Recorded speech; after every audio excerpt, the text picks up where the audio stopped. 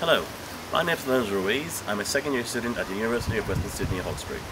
For my course, Resource Sustainability, I have to do a documentary. So I've chosen a topic of endangered species to talk about. Specifically, I've chosen an endangered species animal, the Tasmanian devil, which is located in Tasmania. Let's have a look.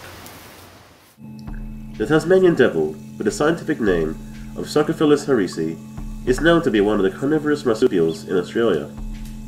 It has been listed nationally as endangered under the Environmental Protection and Biodiversity Conservation Act 1999. In Tasmania, the Tasmanian devil has been under the Threatened Species Protection Act 1995 and is listed internationally as endangered on the 2008 IUCN Red List Threatened Species report.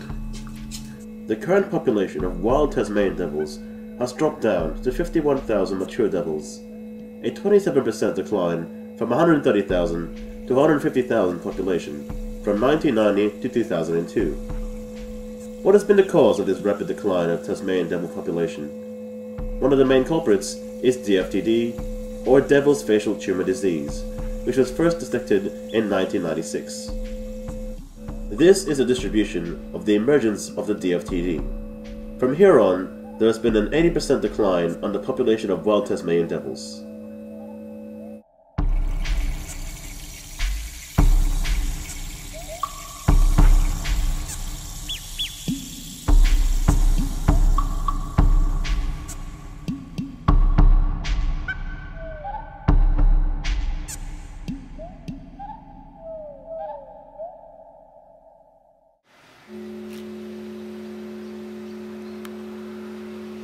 I took a visit to our local vet clinic, where the doctors had experience in caring and handling of the Tasmanian devils at Featherdale Wildlife Park.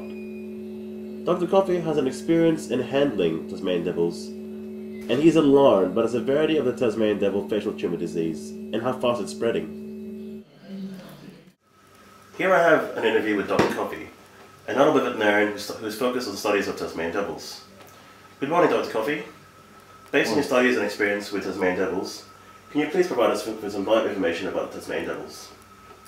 The Tasmanian devil is a small mammal that lives in the southern part of Australia, mainly Tasmania, hence Tasmania. A rather aggressive little mammal that lives, it's mainly carnivorous, and we're seeing a decrease in their numbers lately due to mainly the facial tumours. Part of their aggression is what you find towards each other is when they're mating, and I've seen many of them torn up and having to be stitched up and that, and they're very hard to manage because they're wild and they'll bite and rip into you. That's how the virus is spread, and it's getting to a point where we're probably going to lose the whole population of them down there. There are some clean populations being built up in southern Victoria, and so far that may be our only hope of keeping this whole little special mammal of Australia. We do find them in various wildlife parks like Featherdale. I've seen a lot of them there, and it's where I've had the experience with them, always coming in, getting cleaned up and antibiotics for treatment. But I guess that's the main part of why this disease spreads, because they're always causing trauma and damage to each other and spreading it that way. Well, thank you for that, Mr. Dr. Coffey. Your time has been very valuable, and we hope to see you again. Thanks, Lorenzo. After the interview with Dr. Coffey, I wanted to find out how the devils lived in captivity, so I went to the Featherdale Wildlife Park. The Featherdale Wildlife Park was established in 1972. It's a specialty sanctuary which looks after endangered animals and local indigenous animals in Australia. Here are some examples of animals classified as endangered apart from the Tasmanian devil and are being protected under the captivity in Featherdale Wildlife Park.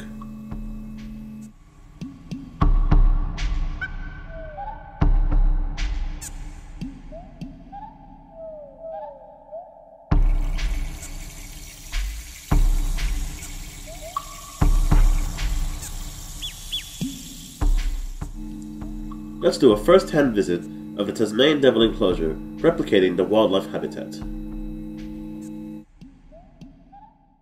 We are currently at the Featherdale Wildlife Park, a sanctuary towards endangered animals and other species. Here we have a Tasmanian devil in its natural habitat, well, replicated natural habitat, to try and resemble what it's like in the wild, to make sure it's fine. You can see the cages here.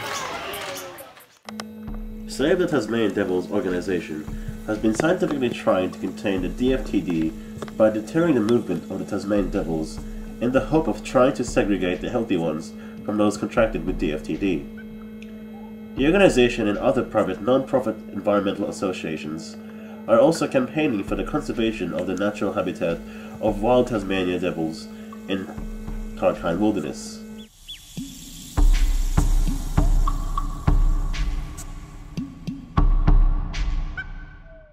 Tasmania is rich in natural resources. One of them is the mining resources. Tin and tungsten are examples of mineral resources that are being mined in Tasmania. The issue of resource sustainability comes in as Tasmania creates the balance of the mining industry and the conservation of the Tarkine Wilderness, home of the wild Tasmanian devils. The federal government, including the Department of Sustainability, Environment, Water, Population, and the communities, as well as the Environment Minister, have to achieve an economically viable, environmentally friendly, and social fair decision as they tackle this sensitive issue of mining versus the conservation of the Tarkine Wilderness. The plight of the Tasmanian devils continues to be at risk. There has been some success in the Devil's Ark facility in New South Wales' Barrington Tops, with the birth of 32 new Tasmanian devil babies in each sanctuary. These baby Tasmanian devils will be reintroduced into the species in the nearly extinct Tasmanian devil race. It is our hope that the Tasmanian devils will thrive and become sustainable, so that future generations can enjoy the abundance and existence of the Tasmanian devils.